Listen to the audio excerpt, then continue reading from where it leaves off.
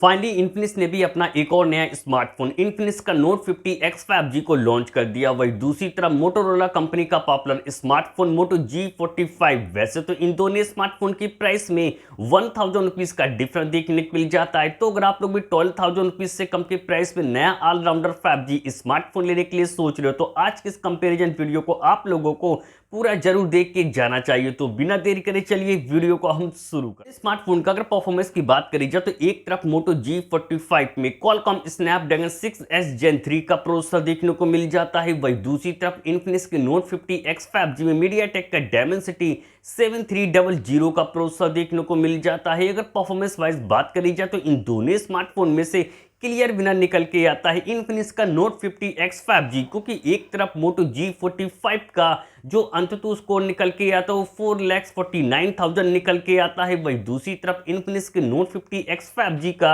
जो अंततः स्कोर निकल के आता है वो 6,20,000 निकल के आता है। अगर आप लोग भी इन दोनों में से किसी स्मार्टफोन को खासकर गेमिंग के लिए लेने के लिए सोच रहे हो तो इन दोनों स्मार्टफोन के GFX स्कोर यानी गेमिंग स्कोर को जानना बहुत ज़्यादा जरूरी है। जब इन दोनों स्मार्टफोन में 30 मिनट तक गेम को प्ले किया गया तो एक तरफ इन्फिनिक्स की नोट 50X 5G का जो गेमिंग स्कोर निकल के आता है वो 3700 निकल के आता है। और इन्फिनिक्स के नोट 50X 5G के पास एक एडवांटेज है कि गेमिंग में भी 90 FPS का सपोर्ट देखने को मिल जाता है। वही दूसरी तरफ मोटो G45 का जो गेमिंग स्कोर निकल के आता है वो 2600 निकल के आता है। दोनों स्मार्टफोन का अगर डिस्प्ले सेगमेंट की बात करें जाए तो डिस्प्ले की क्वालिटी में तो इतना डिफरेंस देखने को नहीं मिलता है, क्योंकि एक तरफ इन्फिनिक्स के नोट 50X 5G में 6.67 इंच की सिर्फ HD+ 5 वाली IPS डिस्प्ले देखने को मिल जाती है। और डिस्प्ले की अच्छी स्मूथनेस के लिए 120 हर्ट रिफ्रेश रेट का सपोर्ट देखने को मिल जाता है। वही दूसरी तरफ मोटो G45 में 6.5 इंच की सिर्फ HD+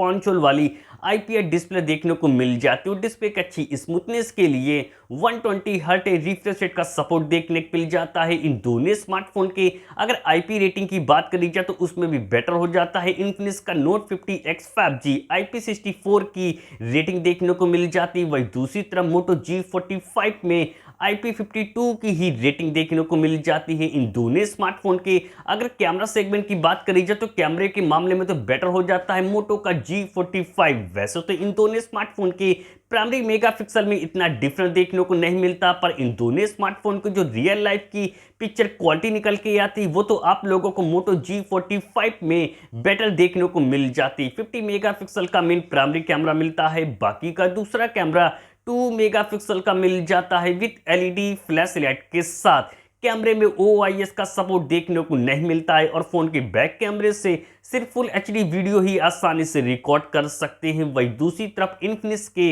नोट 50X 5G के बैक में डुअल रियर कैमरा सेटअप देखने को मिल जाती है। 50 मेगापिक्सल का मेन प्राइमरी कैमरा मिलता है, बाकी का दूसरा कैमरा 2 मेगापिक्सल का मिल जाता है विद LED फ्लैश लाइट के साथ। पर फोन के बैक कैमरे से 4K वीडियो आसानी से रिकॉर्ड कर सकते हैं। इन दोनों स्मार्टफोन के अगर सेल्फी कैमरे की बात करी जाए तो उसमें तो क्लियर विनर निकल के आता है मोटो का G45 16 मेगापिक्सल का सेल्फी कैमरा देखने को मिल जाता है। वही दूसरी तरफ इन्फिनिक्स के नोट 50X 5G में सिर्फ 8 मेगापिक्सल का सेल्फी कैमरा देखने को मिल जाता है। वही एक तरफ मोटो G45 में 3.5mm जैक का सपोर्ट देखने को मिल जाता है, जबकि इन्फिनिक्स के नोट 50X 5G में 3.5mm जैक का सपोर्ट देखने को नहीं मिलता है। इन दोनों स्मार्टफोन का अगर बैटरी सेगमेंट की बात करी जाए तो बैटरी बैकअप के और चार्जिंग स्पीड दोनों के मामले में तो काफी बेस्ट भी आता है। इन्फिनिक्स का नोट 50X 5G 5500 mAh की एक बड़ी बैटरी मिल जाती है। 45 वाट के फास्ट चार्जिंग के साथ